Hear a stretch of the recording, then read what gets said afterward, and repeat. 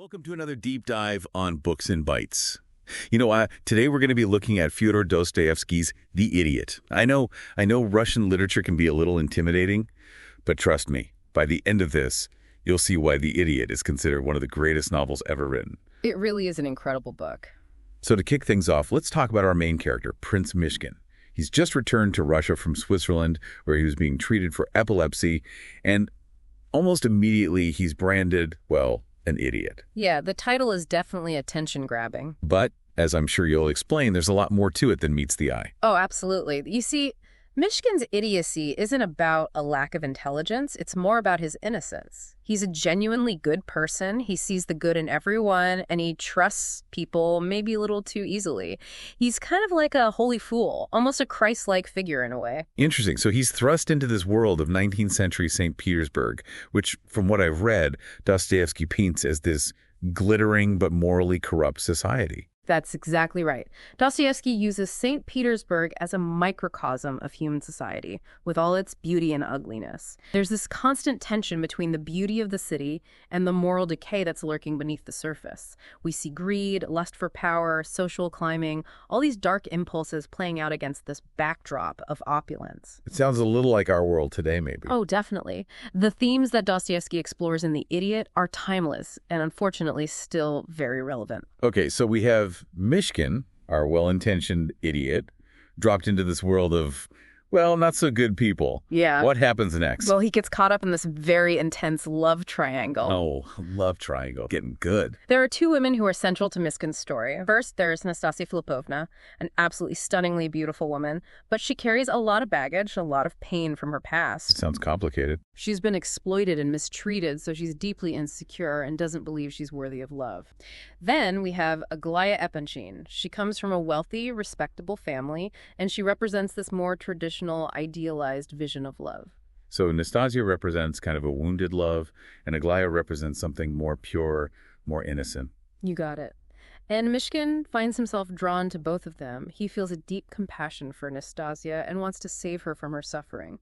But he's also captivated by Aglaya's beauty, her youthfulness, her potential for happiness. I can see how this would be a difficult situation for anyone, let alone someone like Myshkin, who seems to operate on a different moral plane than everyone else. Exactly. And to make things even more complicated, there's another man who's madly in love with Nastasia, a man named Parfen Rogozhin. Uh-oh, another player in the game. Rogozhin is the opposite of Myshkin. He's consumed by passion, but his love for Nastasia is possessive and ultimately destructive. So we've got Myshkin, our innocent idiot, caught between these two women who represent very different kinds of love, and then there's Rogozhin lurking in the shadows. This sounds like a recipe for, well, a lot of drama. Oh, there's definitely drama. And Dostoevsky really digs into the psychology of each character, showing how their pasts, their desires, their insecurities all collide and create this incredibly complex web of relationships. Okay, I'm hooked. So tell me, where does the story go from here? How do things start to unravel for Myshkin? Well, early on, he learns about Nastasia's past, about how she was basically taken advantage of by this older, wealthy man named Totsky. I'm sensing a villain here. Totsky is a pretty awful guy. Now that Nastasia is older, he's trying to basically get rid of her, trying to marry her off to this guy named Ganya Ivolgin, who just wants her money and her social connections. That's terrible. Yeah. So what does Myshkin do? Well, Myshkin, being Myshkin, can't just stand by and watch this happen. He sees the injustice of it all and feels this overwhelming need to step in and protect Nastasia. I bet that doesn't go over well with everyone. You're right. It causes a huge scandal. He tries to convince Ganya not to go through with the marriage, and then to everyone's shock, he proposes to Nastasia himself. Whoa, wait a minute.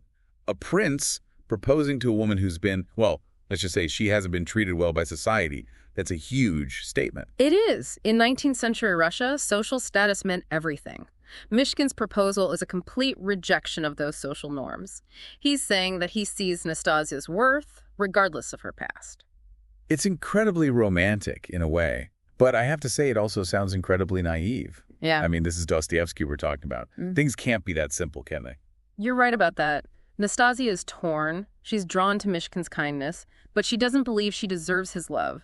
And then Rogozhin shows up, throws a pile of money at her feet, and declares his undying love. Wow, that complicates things. It does. And in the moment of desperation, Nastasia rejects Myshkin's proposal and runs off with Rogozhin. Oh, wow. Poor Myshkin. What a blow. And I have a feeling things are only going to get more complicated from here. Oh, you have no idea. That's just the beginning. So Nastasia's taken off with Rogojin, and Myshkin is left heartbroken and, well, I think pretty confused by the whole thing. Yeah, I can't imagine he's used to this kind of rejection, especially given how sincere his intentions seem to be. You're right. But here's the thing. Even though he's been rejected, Myshkin, he doesn't give up on Nastasia. He's still so convinced that he can save her, that his love can somehow heal her. It's almost like he sees her pain more clearly than she sees it herself. Exactly. He has this incredible empathy. And it's not just Nastasia that he wants to help. Around this time, Myshkin, he comes into a large inheritance, a lot of money. But it doesn't change him at all. He still wants to help people. He's still incredibly generous. That's pretty rare, I'd say, especially when you consider how easily money can corrupt people. It really is. And it just emphasizes how Dostoevsky is using Myshkin to explore this idea of pure goodness. This is someone who is completely untouched by greed or materialism. Okay, but even with all his good intentions, I'm guessing things don't exactly go as planned for Myshkin. Well, you're right about that. His relationship with Aglaya starts to develop, but it's complicated. She's fascinated by him, by his pure heart, but she also finds his naivety a little bit frustrating. Yeah, I can see how those two things go hand in hand.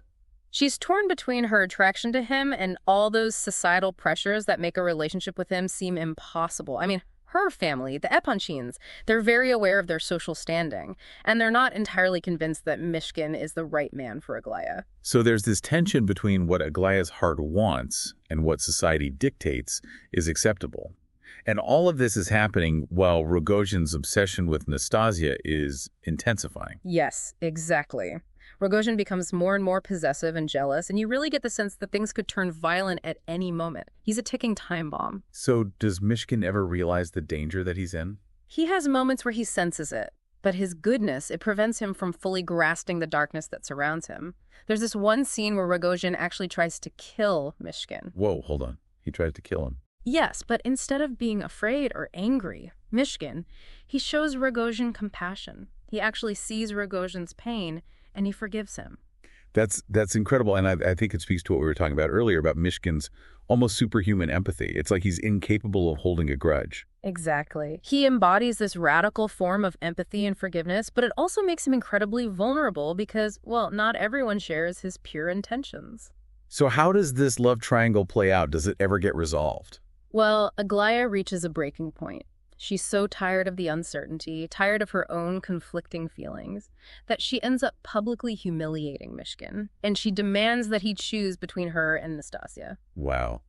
Talk about putting someone on the spot. What a terrible position for Myshkin to be in. It really is. But he chooses Nastasia. He feels this overwhelming sense of responsibility to protect her, to save her from Rogojin, and even from herself, from her self-destructive tendencies. So he's finally going to get his happy ending with Nastasia. Well, knowing Dostoevsky, you can probably guess that it's not going to be that simple. They do plan to get married, but on the day of the wedding, Nastasia gets cold feet. She's overwhelmed by anxiety and this feeling that she's unworthy of Myshkin's love, and she runs off with Rogojin. Oh, no. Not again. Poor Myshkin. It seems like every time he tries to do the right thing, it just backfires. It's tragic, really. He constantly strives for good, but his efforts just seem to lead to more suffering. So as we head into the final part of the novel, I'm getting the sense that things are about to get pretty dark. You're absolutely right. The consequences of Myshkin's actions, or maybe inactions, are going to come to a head. So Nastasia's run off with Rogojin again, and we all know Rogojin's love for her is so intense and possessive, it can't possibly end well. You're right, it doesn't. Myshkin is so desperate to find her and make sure she's safe, he follows them, and he finds her, but she's dead. Rogojin, in a fit of jealous rage, stabbed her. Oh my gosh, that's just awful. Mm-hmm. We knew Rogojin was capable of violence, but to actually... I know it's really hard to hear and imagine the impact it has on Myshkin. He's already witnessed so much suffering, but what's really amazing is how he reacts. How? Instead of, condemning Rogojin or turning him in, he stays with him. He spends the night in the room with Rogojin and with Nastasia's body. I just can't even fathom that, to experience something so horrific and then to show compassion to the person who caused it. I know it's hard to understand, but it shows just how deeply Myshkin believes in forgiveness and redemption.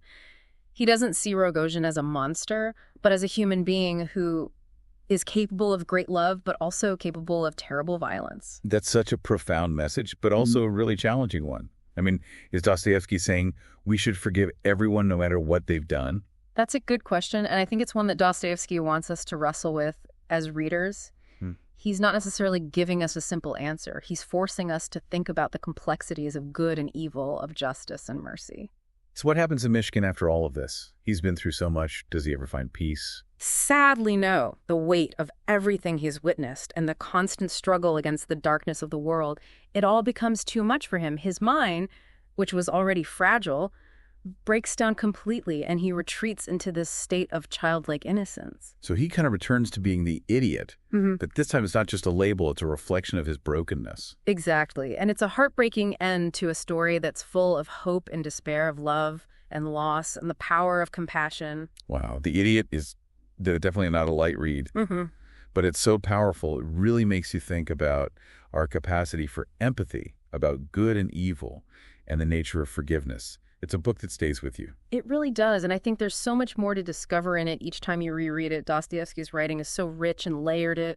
Well, if you're intrigued by what we've talked about today and want to explore the world of The Idiot for yourself, you can find a link to the book in the show notes.